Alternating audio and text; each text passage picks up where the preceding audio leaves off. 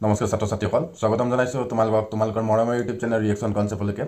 ছাত্ৰ ছাত্ৰীসকল আমি অৰ্গেনিক কেমিষ্ট্ৰি আলোচনা কৰি আছোঁ আজি আমি খুব ইম্পৰ্টেণ্ট টপিক এটা তোমালোকৰ লগত আলোচনা কৰিম সেইটো হৈছে কি ৰেজনেন্স কি এইটো এটা হৈছে কি তোমাৰ এটা ইলেক্ট্ৰনিক ডিছপ্লেচমেণ্ট ইফেক্ট কি এইটো এটা ইলেক্ট্ৰন ডিছপ্লেচমেণ্ট ইফেক্ট আমি ভালেকেইটা প্ৰচেছ পঢ়িছিলোঁ নহয় এইটো কি ইলেক্ট্ৰনৰ ডিছপ্লেচমেণ্ট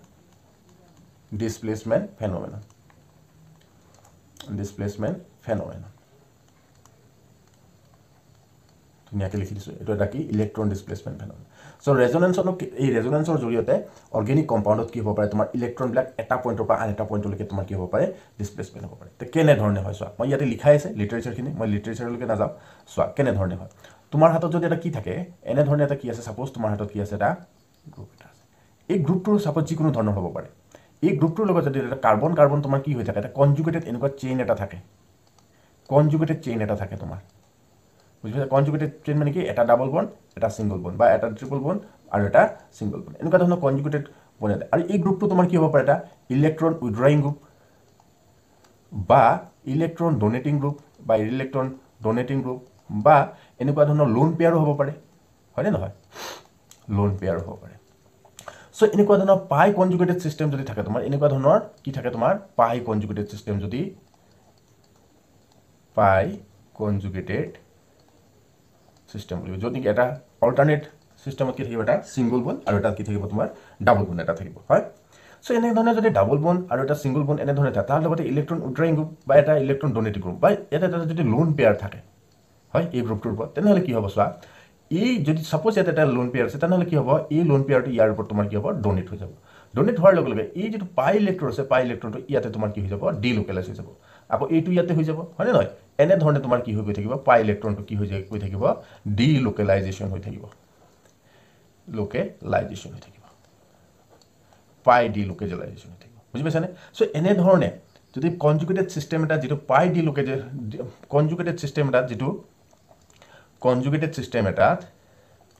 কনজুগেটেড ছিষ্টেম এটাত যদি তুমি কনচিডাৰ কৰা আৰু তাত যিটো ডিলোকেলাইজেশ্যন হয় পাই ডিলোকেলাইজেশ্যন হয়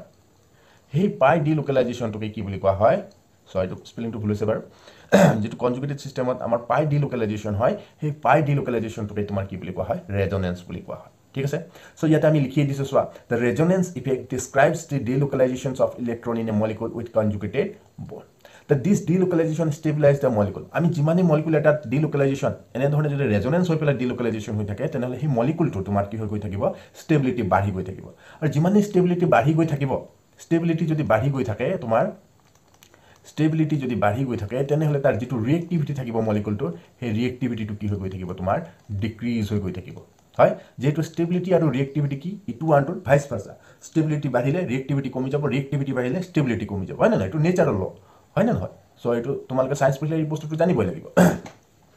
চ' অসমীয়াটো মই লিখি দিছোঁ ই এক প্ৰভাৱ যাৰ ফলত সংযুগ্মিত বান্ধনীত থকা অণুত ইলেক্ট্ৰনৰ অপহৰণ কৰি স্থায়ী ধ্ৰুৱণৰ সৃষ্টি হয় ধ্ৰুৱণ মানে কি পোলাৰিটি হয়নে চ' ইয়াতে মই ধুনীয়াকৈ লিখিছোঁ ইলেক্ট্ৰন আকৰ্ষী বা বিকৰ্ষীমূলক বা এক বা ততোধিক পাই বান্ধনীৰ সৈতে সংযুগ্মিত হৈ থাকিলে তেতিয়া ইলেক্ট্ৰনৰ অপহৰণৰ প্ৰভাৱ পাই ইলেক্ট্ৰনৰ মাধ্যমৰ সংচাৰিত হয় চ' ইয়াকে কি বুলি কোৱা হয় ৰেজনেন্স বুলি কোৱা হয় ৰেজনেন্সৰ বিভিন্ন ধৰণৰ এক্সাম্পল আছে বহুত ইম্পৰ্টেণ্ট কিছুমান এক্সাম্পল আছে চ' খুব ইণ্টাৰেষ্টিং এক্সাম্পল কিছুমান আছে show' this effect can be observe by molecule এইটো লিখি দিছোঁ বাৰু মই হয়নে নহয় আমি জেনেৰেলি কিহত দেখিব পাওঁ বেঞ্জিনৰ ক্ষেত্ৰত দেখিব পোৱা যায় বেঞ্জিনৰ ক্ষেত্ৰত কেনেধৰণে দেখিব পোৱা যায় চ' বেঞ্জিনৰ যিবিলাক ডাবল বন্ড আছে সেই ডাবল বন্ডবিলাক কি হৈ থাকে তোমাৰ কনজুগেটেড ছিষ্টেমত থাকে যিটো কনজুগেটেড অৱস্থাত আছে ইয়াৰ যিটো পাই বন্ড হয় সেই পাই বন্ডটো কি হৈ থাকিব পাৰে তোমাৰ এনেধৰণে তোমাৰ ডিলোকেলাইজ হৈ থাকিব পাৰে যিটো ডিলোকেলাইজ হৈ থাকিলে তোমাৰ কি হৈ গৈ থাকিব এই যিটো ডাবল বন্ড আছে এই ডাবল বন্ডটো তোমাৰ কি হ'ব নিৰ্দিষ্ট এটা স্থানত নাই এই ডাবল বন্ডটো হয় ইয়াতেও থাকিব পাৰে চ' ক'ত আছে ডাবল বন্ডটো একজেক্টলি ক'ব নোৱাৰে সেইকাৰণে যিটো আমি বেঞ্জিনৰ যিটো ষ্ট্ৰাকচাৰ কওঁ সেই ষ্ট্ৰাকচাৰটো তোমালোকৰ এনেধৰণে আমি লিখা যায় এনেধৰণে লিখা যায় হয় এইটো কি বুলি কোৱা হয় ৰেজনেন্স হাইব্ৰিড বুলি কোৱা হয় এইটো কি বুলি কোৱা হয় ৰেজনেন্স হাইব্ৰিড বুলি কোৱা হয় কি বুলি কয় এইটোক ৰেজনেন্স হাইব্ৰিড বুলি কয় আৰু এই যিবিলাক ষ্ট্ৰাকচাৰ পাওঁ এইবিলাকক কি বুলি কোৱা হয় কেননিকেল ষ্ট্ৰাকচাৰ বুলি কয় হয়নে সো ইয়াৰ যেটো প্ৰপাৰ্টি হয় এই প্ৰপাৰ্টি বিলাক ইয়াতকে কমপ্লিট বেলেগ হ'ব সো ইয়াৰ প্ৰপাৰ্টি বিলাক কমপ্লিট ডিফাৰেন্ট মলিকুলাৰ কি দেখাব প্ৰপাৰ্টি ইয়াৰ বোন লেংথ যদি চোৱা ইয়াৰকে ডিফাৰেন্ট হ'ব বুজি পাইছানে সো এই বিষয়ে তোমালোকে ডিটেইলছত পাবা বাৰু মই বহুত ডিটেইলছত নকওঁ জাস্ট মই তোমালোকক কৈ দিছো যে এনেকুৱা ধৰণৰ এটা ইফেক্ট যাৰ ফলত কি হ'ব পাৰে ইলেক্ট্ৰনৰ ডিলোকেলাইজেশ্যন হ'ব পাৰে ডিলোকেলাইজেশ্যন কেনেকৈ হ'ব তোমাৰ কনজুগেটেড পাই ইলেক্ট্ৰন সিস্টেম এটা যদি তোমাৰ কি থাকে এটা ইলেক্ট্ৰন উইথড্ৰয়িং গ্ৰুপ বা ইলেক্ট্ৰন ডোনেটিভ গ্ৰুপ লোন পেয়াৰ বা একোৱে নাথাকে যেনেকুৱা ধৰণৰ বেনজিনৰ ক্ষেত্ৰত হয়নে ঠিক সেইদৰে তোমালোকৰ যদি ফিনক্সাইড এটা আমি ফিনক্সাইড এটো এটা কি হয় ফিনক্সাইড এটা বেনজিন তাৰ লগত যদি তোমাৰ এটা অক্সিজেন এটা লাগি আছে এই অক্সিজেনত সাপোজ এটা নেগেটিভ চাৰ্জ এটা আছে কি বুলি কোৱা হয় ফিনক্সাইড আয়ন কি আয়ন বুলি কোৱা হয় ফিনক্সাইড এই ফিনক্সাইড আয়নত কেনে ধৰণে তোমাৰ কনজুগেশ্যন বা ডিলোকেলাইজেশ্যন ৰেজোনেন্স কেনে ধৰণে হয় এই যেটো ইলেক্ট্ৰন আছে এই ইলেক্ট্ৰনটো ইয়াতে আহিব পাৰে হয় ডিলোকেলাইজেশ্যন আৰু এই পাই বন্ডটো ইয়াতে ডিলোকেলাইজ হ'ব পাৰে ডিলোকেলাইজ হলে আমি কি পাম চোৱাচোন বাৰু ইয়াতে আমি কি পাম এটা ডাবল বন্ড এটা পাম পামনে আৰু ইয়াতে কি হ'ব চোৱাচোন বাৰু এই ডাবল বন্ডটো ইয়াতে থাকিব আৰু এই ডাবল বন্ডটো যে ডিলোকেলাইজ হ'ল এই ডিলোকেলাইজ হোৱা ডাবল বন্ডটো ডিলোকেলাইজ হৈ পেলাই ইয়াতে এটা কি হ'ব নেগেটিভ চাৰ্জ এটা হ'ব আকৌ এই নেগেটিভ চাৰ্জটো ইয়াতে পৰিব পাৰে হয় আৰু এই ডাবল বন্ডটো ইয়াতে আহিব পাৰে সো আমি কি পাম এনেকুৱা ধৰণৰ ষ্ট্ৰাকচাৰ এটা পামনে চোৱাচোন বাৰু ইয়াতে আমি নেগেটিভ চাৰ্জ হয় ইয়াতে আমি ডাবল বন্ড ইয়াতে ডাবল বন্ড ইয়াতে ডাবল বন্ড আকৌ এই ডাবল বন্ডটো ইয়াতে ডিলোকেলাইজ হ'ব পাৰে আৰু এইটো ইয়াতে ডিলোকেলাইজ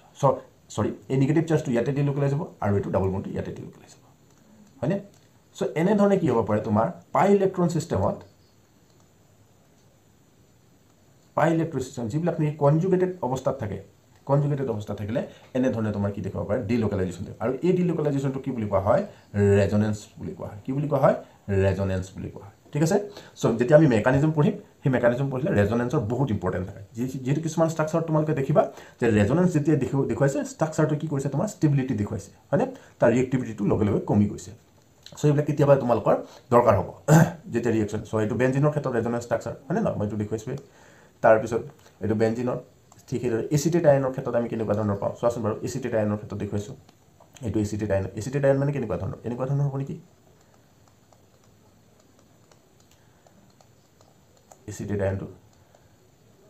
এইটো এচিটেট আয়ন হয়তো ডাবল বন্ডটো ইয়াতে থাকিব পাৰে ইয়াতেও যাব পাৰে ক'লে কি হ'ব তোমাৰ CH3CO নেগেটিভ এনেকুৱা ধৰণৰ তোমালোকৰ ৰেজোনেন্স ষ্ট্ৰাকচাৰ ঠিক সেইদৰে কাৰ্বনেটৰ ক্ষেত্ৰত পাবা কাৰ্বনেটত কি হ'ব পাৰে তোমাৰ এই ডাবল বন্ডটো হয়তো ইয়াতেও থাকিব পাৰে বা ইয়াতেও থাকিব পাৰে ঠিক সেইদৰে সালফাৰ ট্ৰাইঅক্সাইড হয়নে না কাৰ্বক্সিলিক এসিড এনিলিন এইবিলাকৰ ৰেজোনেন্স ষ্ট্ৰাকচাৰবিলাক তোমালোকে প্ৰেক্টিছ কৰি চাবা হ'ব সো ৰেজোনেন্সৰ পৰা যদি তোমালোকৰ previous year question paper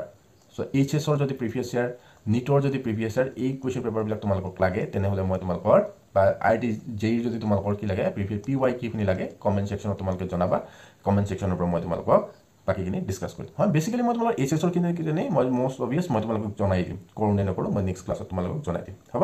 so next video' এটালৈ আকৌ লগ পাম তেতিয়ালৈকে থেংক ইউ